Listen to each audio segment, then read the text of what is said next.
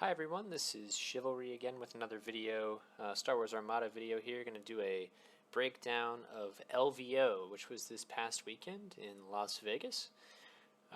There were two tournaments. Technically it was supposed to be three. I don't know if the third one really happened all that much, but there was a casual Armada tournament on Friday, which was 4 rounds. Technically it was 3 rounds, but some people played a fourth. Just casual, fun lists, stuff like that. I'll go over that one quickly, and then I'll get to the main tournament, which was Saturday, Sunday. It was, I believe, 40 people with a top 40 or 42 with a top 16 cut on Sunday. So that's the one I'm mainly going to focus on today. Just going to do like a recap of it, how I did, and then go through the top players, what they were running, that kind of stuff. But I'll start real quick with that casual Friday tournament. Before I go any further, though, I just want to give a huge shout out to Derek, or Karnak on the Discord. He TO'd both events. He did a phenomenal job, as always. None of this is really possible without the hard work he put in. There was great prize support. He did an excellent job TOing and getting things organized and running. So huge props to him. I know a lot of us in the community are very appreciative of him. Also, shout out to all the great people I met. I got to put a lot of faces to names from the Discord, which was awesome. All my opponents were fantastic the whole weekend. I had a great time. I don't think there were any real big controversies or anything at the tournament. It was just really nice for all of us to get together, play in a nice, real competitive tournament in real life again. There was some rust. I know I was definitely rusty, and I think a few other people were as well. Hadn't played a whole lot in person, but it was a phenomenal event all around. It was a pleasure to spend the weekend with you guys who went. So let's get into this recap real quick. Firstly, that casual tournament. This is what I ran over here on this side. It was a Dodonna fleet, mainly just focused on getting as many face-up damage cards through as I could so I could use Dodonna's ability. It really wasn't that competitive. I got the B with Dodonna's Pride, Garel's Honor on the Hammerhead, and then Shara Tycho down here. 6 activations. Again, not super competitive. I flew it super fast and loose. I just kind of went in every game, for better or for worse. I just wanted to have fun, and it really was a fun fleet. My objectives were most wanted, hyperspace assault, and infested fields, although I went first in all my games, so it doesn't really matter. Just going through it real quick, round 1 of that tournament, I played Ben from Downsize It. It was great to meet you, Ben. A real fun game, a great opponent. He had a double Liberty list with Maydeen. I took first in that, kind of went at each other, and had a lot of fun, rolled a lot of dice. Ended up winning that one 7-4, which put me against Chris in round 2. Chris, again, you were great. A lot of fun hanging out with you this weekend. He was running double Recusant. Sorry, yeah, I think it was double Recusant Martook with 2 hard cells as well, if I'm remembering right. We played his, I don't remember exactly. It was the yellow objective with the Rift. I'm not going to go through it all right now. That one I won 6-5. That was a pretty close game. Again, just kind of went right at each other. It was a lot of fun. And then round 3, I played against Michael, who I had been playing against for 3 years. We played together literally every week on Vassal. We played together multiple times a week back when we both lived in Bloomington. So, of course, we go to Las Vegas, and I play him. And spoiler alert, it's not the only time I play him this weekend. He was running Imperial MSU with Ozzel. Really fun list. We both, kind of had aggressive, janky lists. So it was a fun game.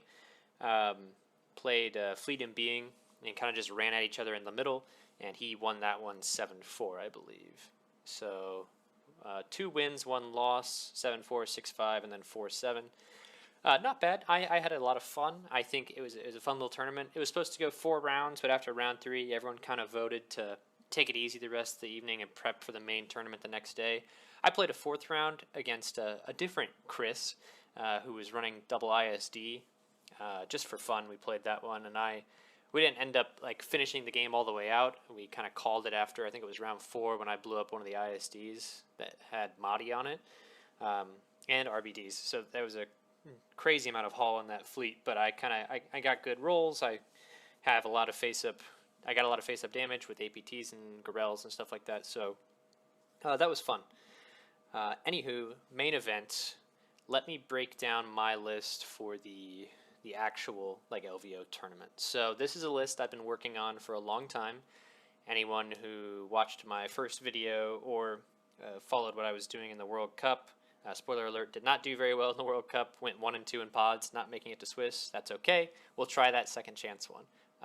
But this is a version of my World Cup list. This is probably the 4th or 5th different version. I've been working on this list for months, and this was far and away the best version, I think.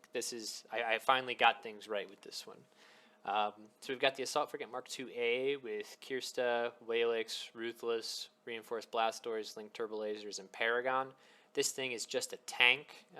With Reinforced Blast Doors, it kind of has the 9 hull, double, take whatever token I want with Agate, and then Whalix something back when I need it.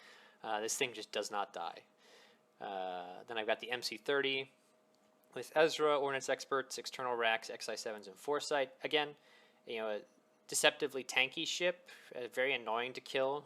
Kind of just runs around and pops stuff opportunistically.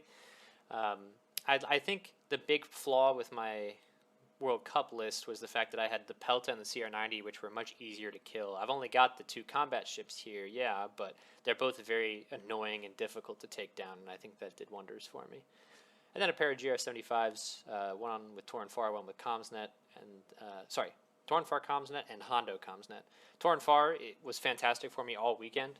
I'll go into a bit more detail during the games, but Torn Far was fantastic. I'm very glad I brought her. And then Hondo is Hondo.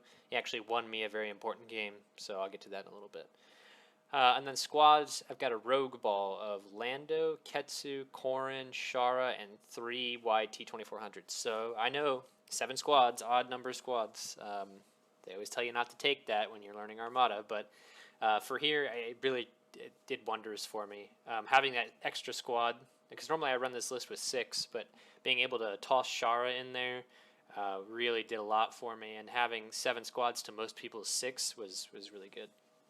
My objectives were most wanted, capture the VIP, and infested fields. We'll go game by game with what I played. Infested fields I didn't play at all. Capture the VIP I played 3 times, I think, and then most wanted I played twice.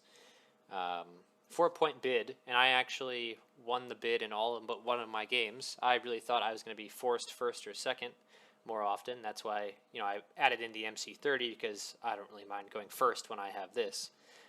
In previous iterations, I kind of wanted to go second, so I could go first or second, and in 2 of my games I did go first. Was it 2 of my games?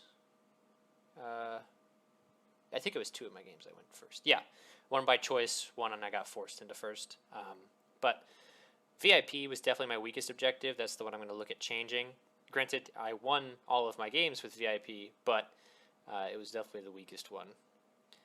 So let me go ahead and hop into my games. I'm going to leave this up here for reference because I'll refer back to it many times throughout this. So I'll try to go fast. I'll try not to spend too long on them. Some games I'm going to spend more time on than others.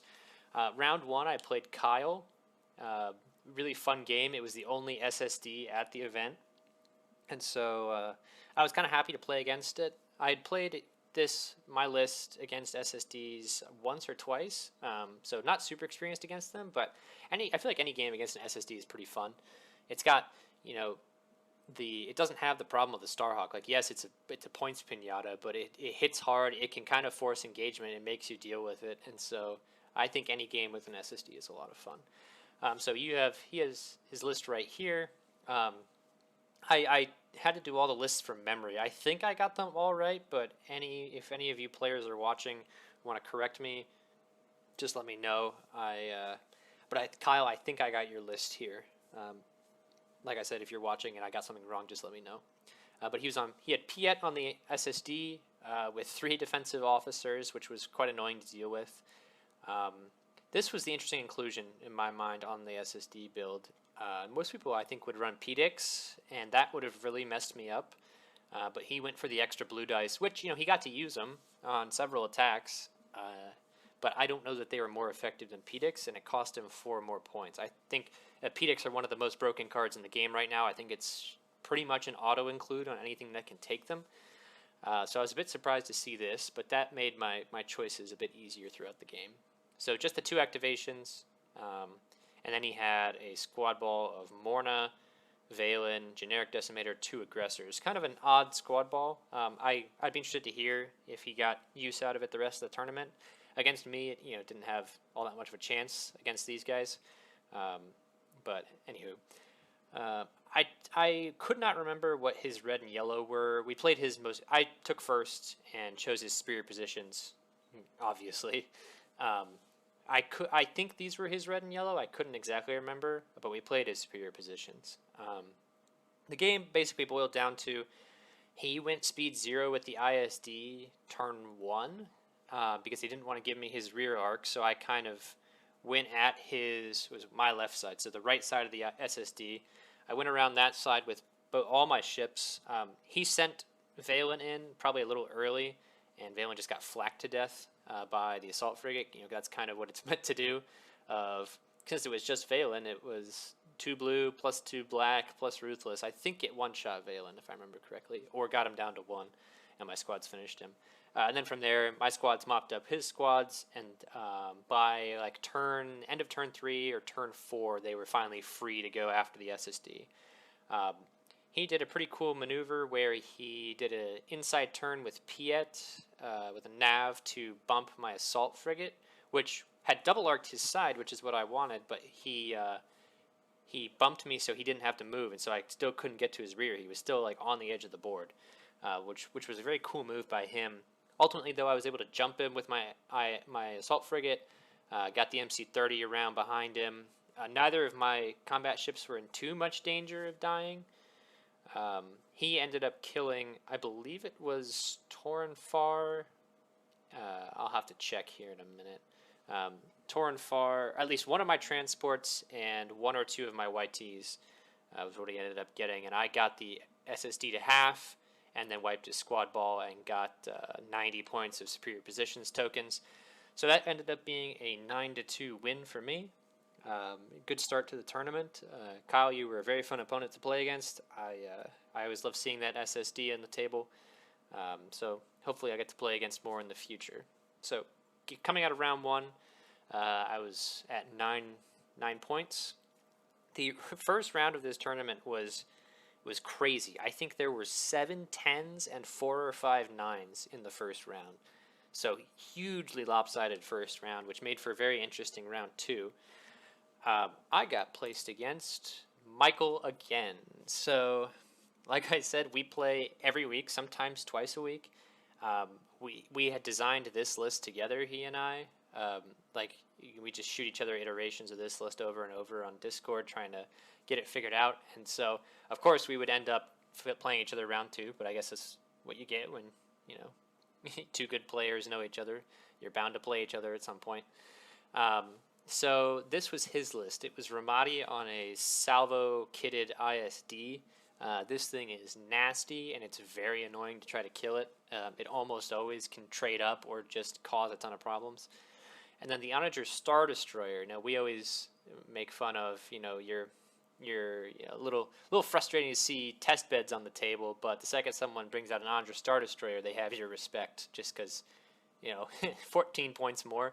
I think this Onager Star Destroyer is a great ship. I think it's fairly costed. I think it does stuff really well. It's just hard to justify taking it when the test bed exists. But Mike had it, and he used it really well all weekend. Mainly taking being able to take XI7s on it is huge. And that, I think, did really well for him. And then Paragazantes and 4 generic ties. I took second in this matchup. I think we'd already played this one time before, just in a friendly, or played something similar. So we both knew each other's objectives. We both knew each other's lists. He picked my VIP, and he basically set up his Onager right across from the VIP token, looking to snipe whatever ship I went after it with. I ended up putting my MC-30 out there, kind of pointed sideways, and I was just going to try to grab the token turn 2 and then run in a big circle around the outside of the board, either make the Onager chase me or just get away and make it focus on something else. And then I kind of deployed my other ships off to the other side of the board. And so The game was kind of over by round 3. It basically came down to, could my MC30 survive the onager shots? Spoiler, it did. There was one moment where I did a move with the MC30 that I had to think about for like 5 minutes that put me just out of medium range of the ISD2. He had the onager always pointed at the MC30 and then had the ISD2 coming in speed 3 to try to trap the MC30 against the edge of the board.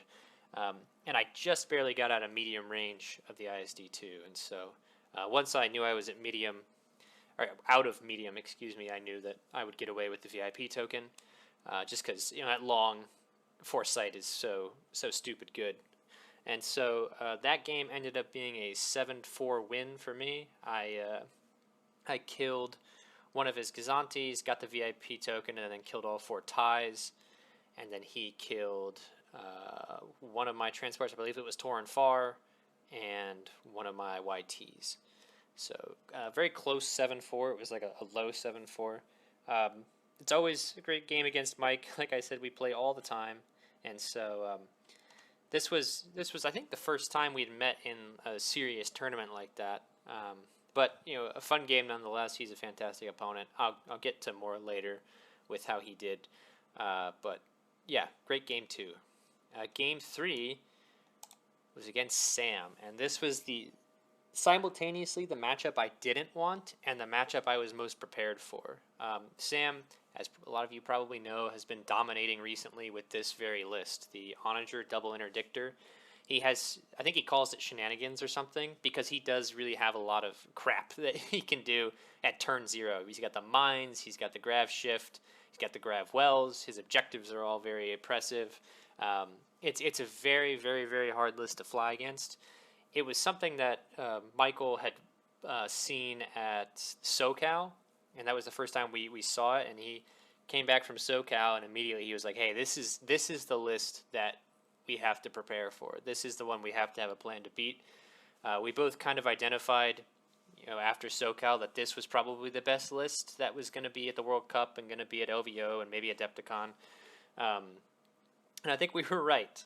Spoiler alert, Sam ended up winning all of LVO, and he's already on to Swiss for the World Cup, and he won SoCal, so this list is nutty good. It is this Onager test bed here, just kitted for rerolls basically and for turn 1 shenanigans. And then the interdictors are just there to keep the test bed alive and be very hard to kill themselves because they both have PDICs. They can heal the Onager or themselves with projection experts. Then obviously everything's got mines. And so he gets to place, I believe it's 5 mines, if I'm remembering right, which can be very oppressive with his objectives. He has Surprise Attack, Abandoned Mining Facility, and Doom Station. At this point in the tournament, I think he had gotten a 10-1 and 9-2. I think he played Abandoned Mining Facility both times. I think it's an absolute trap. He's just able to farm so many tokens off of it and put mines on the opposing Dust Cloud so that it's hard to mine that one without taking presumably 4 damage. And then Doom Station, there's not a chance I'm ever picking that. I'll be honest, with I had months and months to think about, or not months and months, a couple months to think about how I was going to beat this. Every list that Michael and I made had to be, okay, this is a good list, but how does it stack up against Sam? Like, what's the answer against Sam? And so I didn't want to play this matchup because I think Sam had the strongest list at the tournament. He's arguably the best player at the tournament, just in terms of skill, and this list is not fun to play against at all. But by the same token, I had spent a long time thinking about how to beat it. And so I didn't even have to look at his objectives. I chose Surprise Attack, and I went in with a plan. He did his turn 0 shenanigans. He put the station over to one side. He put mines all around the station. He put the grav wells so that there was no way I could deploy at anything but speed 0 on the station. And then he did 2 nav raid and a repair. And so I don't know if he looked at, took a serious look at my list before he decided what to do, because I popped Hondo turn 1, and I don't know that he knew that I had Hondo. But that allowed me to get the assault frigate off of speed 0 onto speed 1, so I wasn't going to take that onager shot. I wasn't going to take the onager shot at close at speed 0, which would have been disastrous. And so I took a second evade with agate, and that proved to be really big this game. I basically had a really good situation to deal with surprise attack, because I could get off of speed 0. I have double blue flak, plus LTTs if I need them, plus Tor and Far for rerolls. So I was able to get rid of both of the mines that were going to be in my way, and then do a speed 1 maneuver, putting me at, red extreme range of the onager. So that first shot coming in, I think, was only 6 dice, because he con-fired, and he got one from Armada.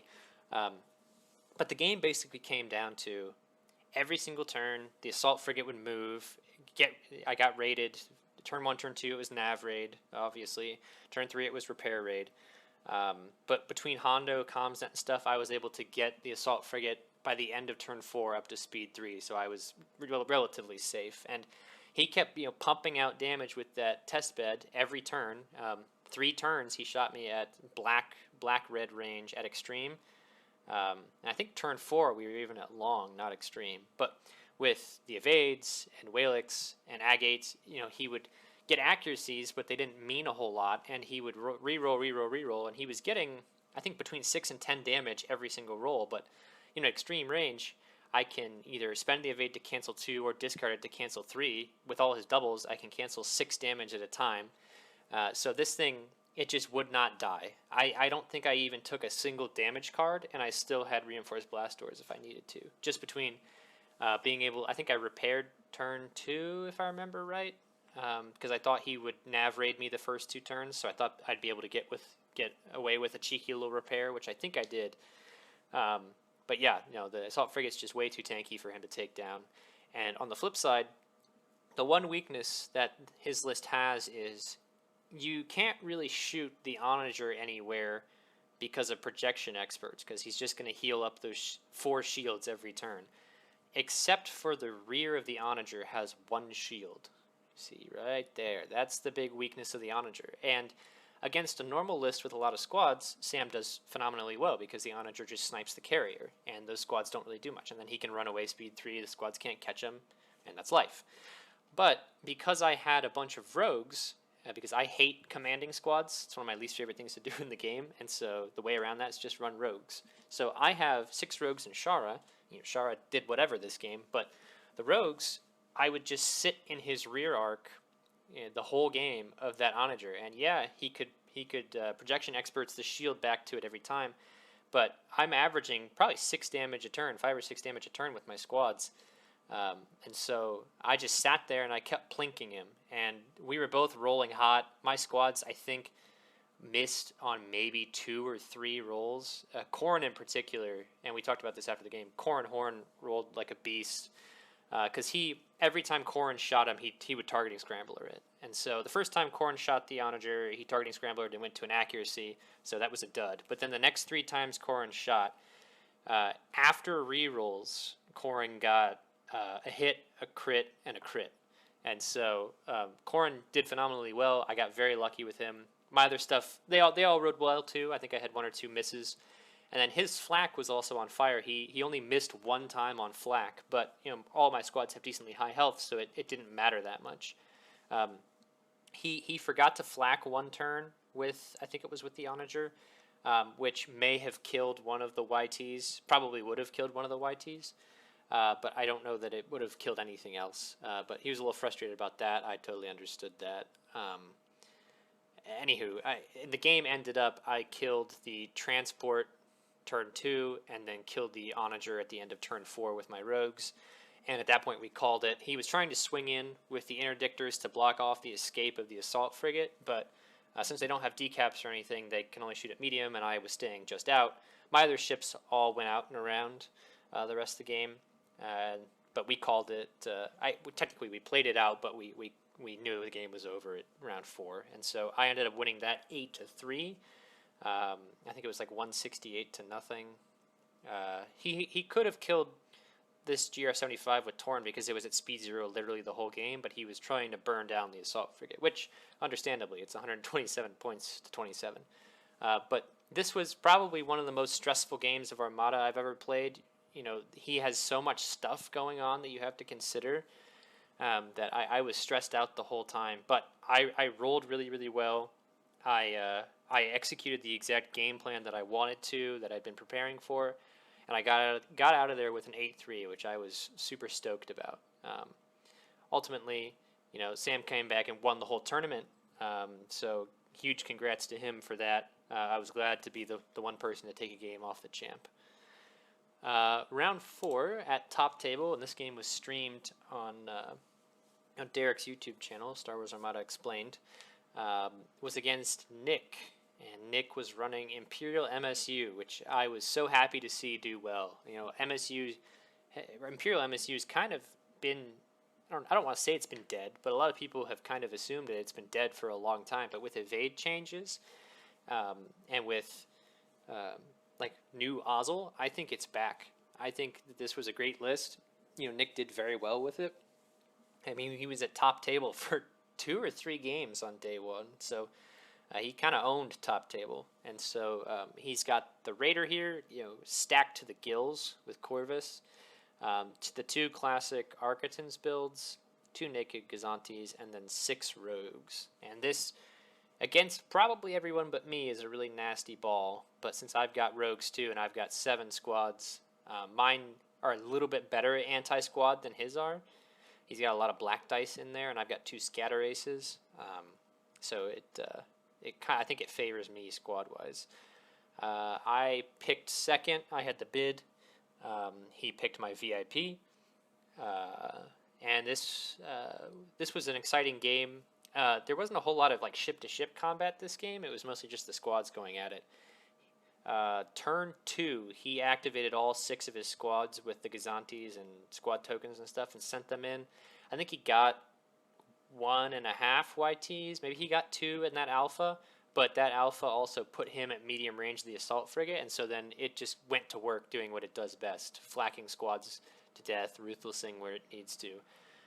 The game basically boiled down to, I got his squads wiped like end of round 4, I think. I had taken out his whole squad ball and had a good majority of mine left. He killed Tornfar because everyone killed Tornfar this tournament. I was playing her pretty aggressively. This was definitely her best game, though, in terms of, you know, since all my squads were attacking his squads and I was flacking them with the assault frigate, I was rolling an insane amount of blue dice, and I had Tornfar in just the right spot where she was in the game like the whole time. She was in the fight, and she was always at 1 to 3 of whatever was fighting. And so I got to re-roll a bunch of blue dice. I was rolling pretty well naturally, and then add on Tornfar. I was getting a lot of good hits with my squads and with my assault frigate. So anyway, I wiped his squads, lost a few of mine. He killed Tornfar, and then towards the end of the game, he turned the Raider back in towards my flagship. And I was able to get a decent shot with the assault frigate at it, and then I had all my squads finally free to bomb, and they went ahead and killed the Raider. So this one also ended up being an 8-3 in my favor. So Nick was a great opponent. Spoiler alert: this is not the last time I play him this weekend. But this was a fun game. I really liked seeing Imperial MSU on the table again. And I thought my list did a pretty good job against it. I wasn't sure, because my ships can't really chase his down, but my squads won the day here. So after day 1, this is what we were looking at. I ended day 1 in first. Ultimately, as long as you were top 16, where you ended up was pointless, because everything reset, all the points reset back to 0 for day 2. But it was nice to be in first, to win the first Swiss day with 32. I think all my results are here. Yeah, so against Kyle, these were the raw scores: Mike, Sam, and Nick. So I was super happy with how my list performed day 1. I just really wanted to make it to day 2 to play more Armada and justify staying in Vegas another day, since I had already, you know, bought the hotel room for that night. So I was over the moon. This guy, Alexander, he dropped after this. Like, he didn't come to Sunday. And so that opened up then Trenton got into the cut of 16 because Alexander dropped. Just to go over where everyone finished after day 1, Nick he got 3rd after day 1. going 3-1 with 30 tournament points, which was nuts. He was at 27 going into that round. He had the highest MOV of anybody this day. And then Sam got 4th, who I also played. Michael got 5th. So talk about strength of schedule. I mean, yeesh. I definitely earned that first place day one, going against a lot of the top players. Also of note on here, Adam, Angry Ewok, ended in 7th for the day. Paul, another fantastic player, got 8th. Chris, who I played in the casual tournament, in 9th. Justin Rasparodius got 10th. And then, what was it? Yeah, Trenton was the bottom since Alexander dropped. So Here Up made it to day 2. So 23 points, 23 tournament points after 4 rounds, making a top cut is a lot lower than I thought it would be, but there were a lot of 10-1s and 9-2s in this tournament, and so I think it was very top-heavy. You see, you have 15 people with over a 26, and then it kind of drops off from there. So anyway, this was end of day 1. Going into day 2, all the points reset. Everyone was back to 0-0 with 0 MOV. So day 2, let me hop right in. I got round 1 up against Jack. Jack had a 6 activation Gar list, and Jack, you'll have to forgive me if you're watching, or anyone who knows Jack. I don't think I got your list exactly right here. I couldn't remember exactly what was on everything. I got all the ships themselves correct, I think. It might not have been the Pelta Medical. I don't remember exactly. It was 2 Chargers, 2 Consular Armed Cruisers, a Pelta, and a Ven 1. I may have some upgrades incorrect on here, but this was kind of the gist of it. And so I picked 2nd. He took VIP. The game ultimately came down to rolls. And you hate to see an Armada game come down to that. I think I probably still could have won, without him rolling bad, but he had a horribly unlucky day, or unlucky game of rolls. He had 2 attacks. He had a double arc from his Venator to my flagship, and he rolled 10 dice, I think.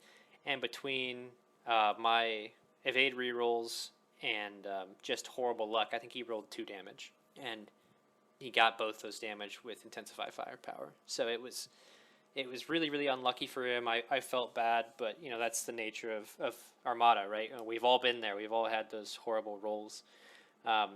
His flak rolls also weren't very good to start the game. His rolls got considerably better throughout the game, but it was kind of too late at that point. And so, like I said, I felt bad for him, but such is Armada. I ended up winning 9-2. I killed all 4 consulars, and he killed, I believe it was, again, Torrenfar.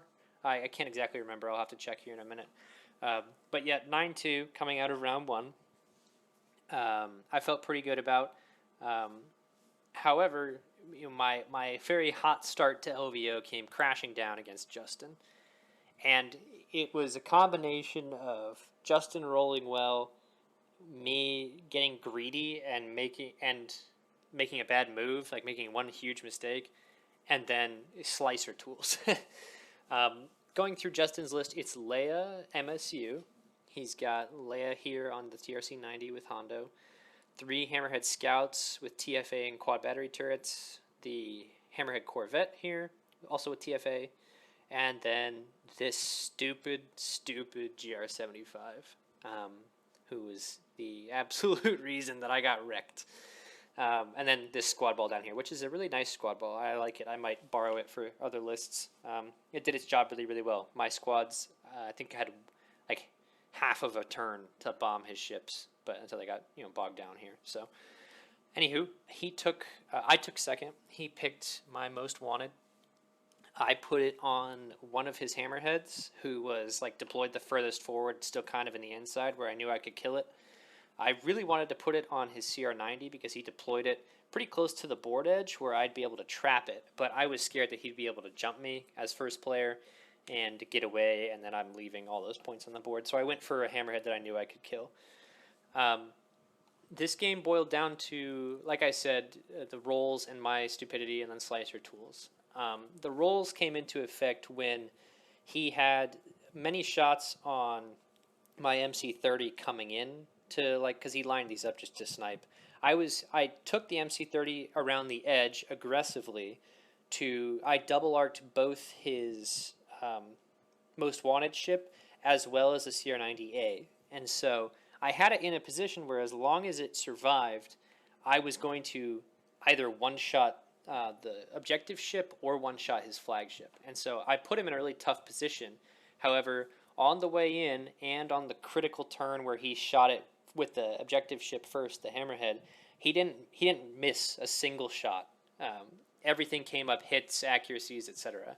And then he was able to do a maneuver where he was able to hit to do the final damage to the MC30 with his Hammerhead, and that killed it. And I was devastated. I really thought, if he rolls one less damage, that MC30 pops the CR90, and that's a huge win for me.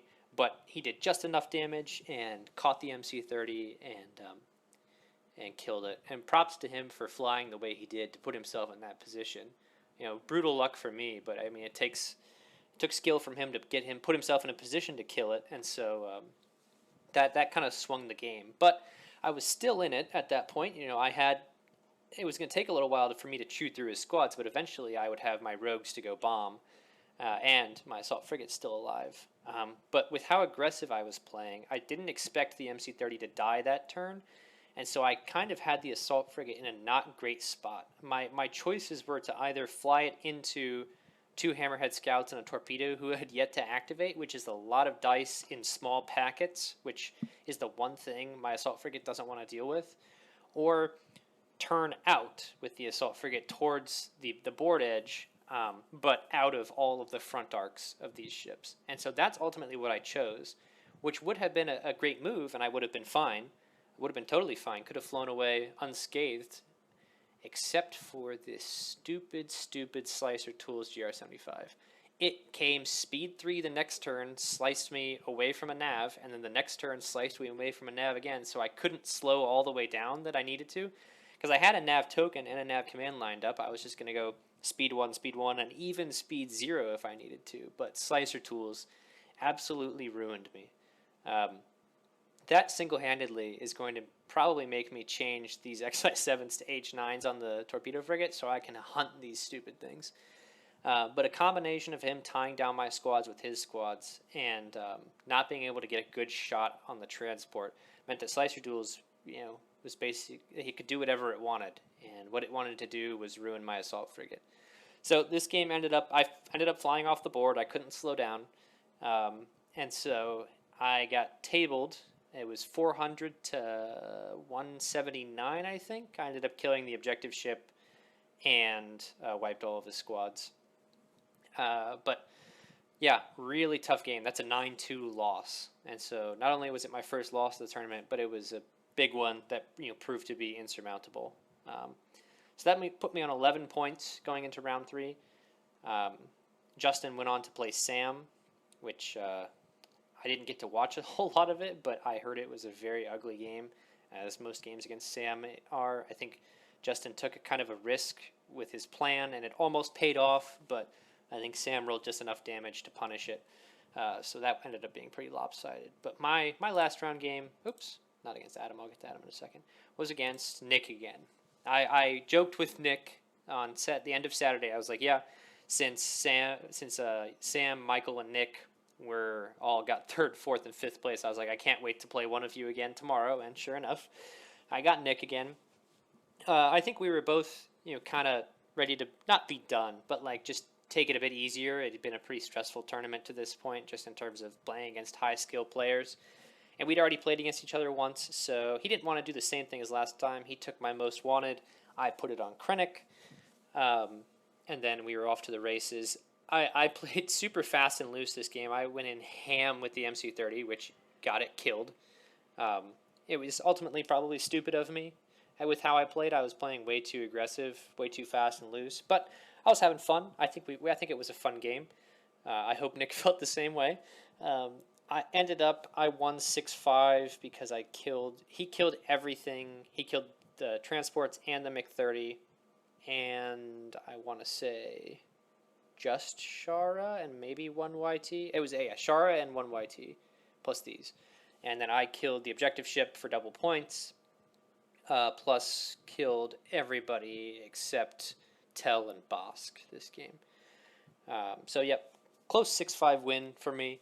That kind of took both of us out of the running, but I don't know that either of us had a whole lot of a chance to do well with where we were, both at 11 or 12 points. And so, fun game against Nick. You hate to play the same person twice in a row, but I still had a good time. Nick, you're a great opponent. I hope to play you again soon, maybe at Adepticon, but really like your list. So, the ending standings right here. Going from bottom to top, Jack dropped after our game. I think just a combination of rolling very poorly and being in Vegas. He wanted to go do other stuff, which more power to him. And then Trenton also dropped after round 2, which he was in a pretty good spot. But I think maybe same thing. He didn't think he could win or anything, and wanted to go experience Vegas. Who knows? But again, more power to him. So Dan. Got 15th. It was great to meet you, Dan. You're a real great guy. I hope to see you more in the future. Hope to play you more. I didn't get a chance to play Dan, but I got to talk to him a lot, and he was awesome to talk to. Chris, like I said, was a riot on Friday when we played. He got 14th.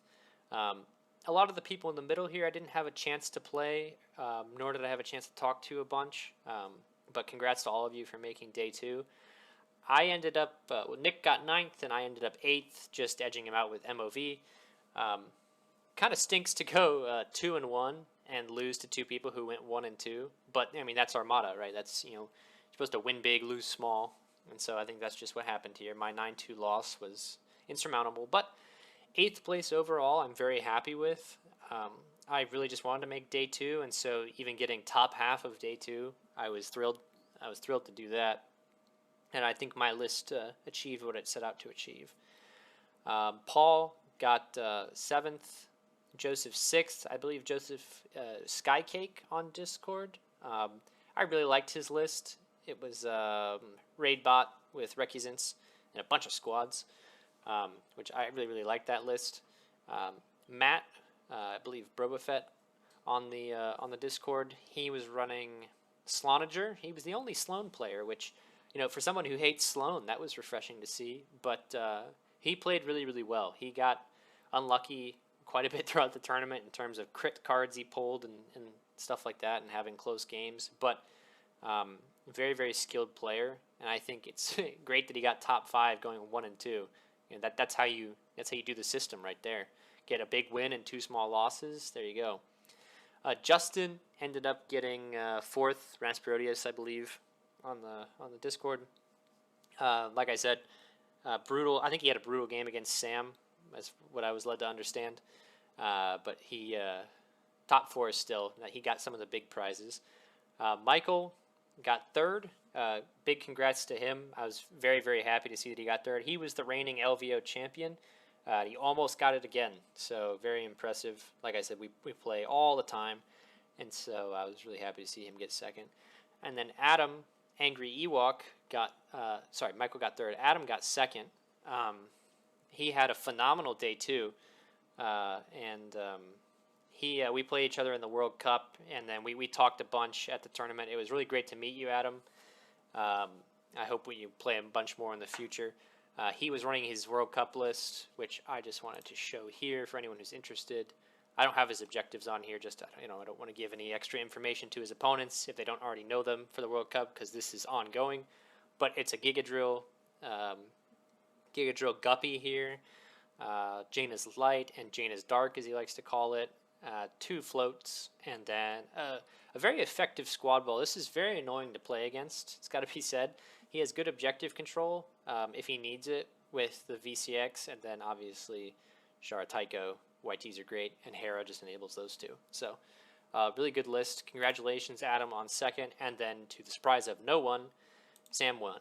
And if you look at these scores, he had a really close game against Brobafett, Matt here, but his other 2 games, I mean, that's what the list does. That's what the list does to people.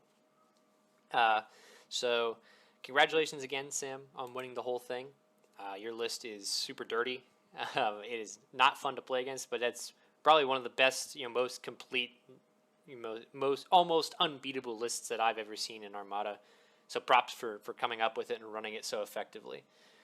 You're very, very good at flying it. So congratulations to everyone who made top 16. I'm proud to be part of that company. Overall, I was thrilled with the tournament. Like I said, Derek did a great job. It was very well run. It was great meeting everybody, great playing everybody. I'm very, very proud of how my list did. I was feeling kind of shaky with it coming out of the World Cup where it didn't do so hot. But I think that was a case of bad matchups and it not being the best it could be. I think changing out the Pelta and CR90 for the McThirty was absolutely the right play. So it was also nice being kind of the only player running this archetype of Rebel Rogues with this. I really wanted to make the Assault Frigate Mark II-A work because almost no one takes it. And I think I absolutely proved that it's still a very good ship, that this list is a very good list, and my practice paid off. But that's going to wrap up the recap. I'm sorry that this is going to be quite a long video. Thank you to anyone who's watched to the end here. I'll try to put out some more content in the future, maybe doing some deep dives on some games, more battle reports, stuff like that. But since LVO just happened, I wanted to give a nice wrap-up of everything. So thank you very much for watching, and I'll see you again soon. Bye-bye.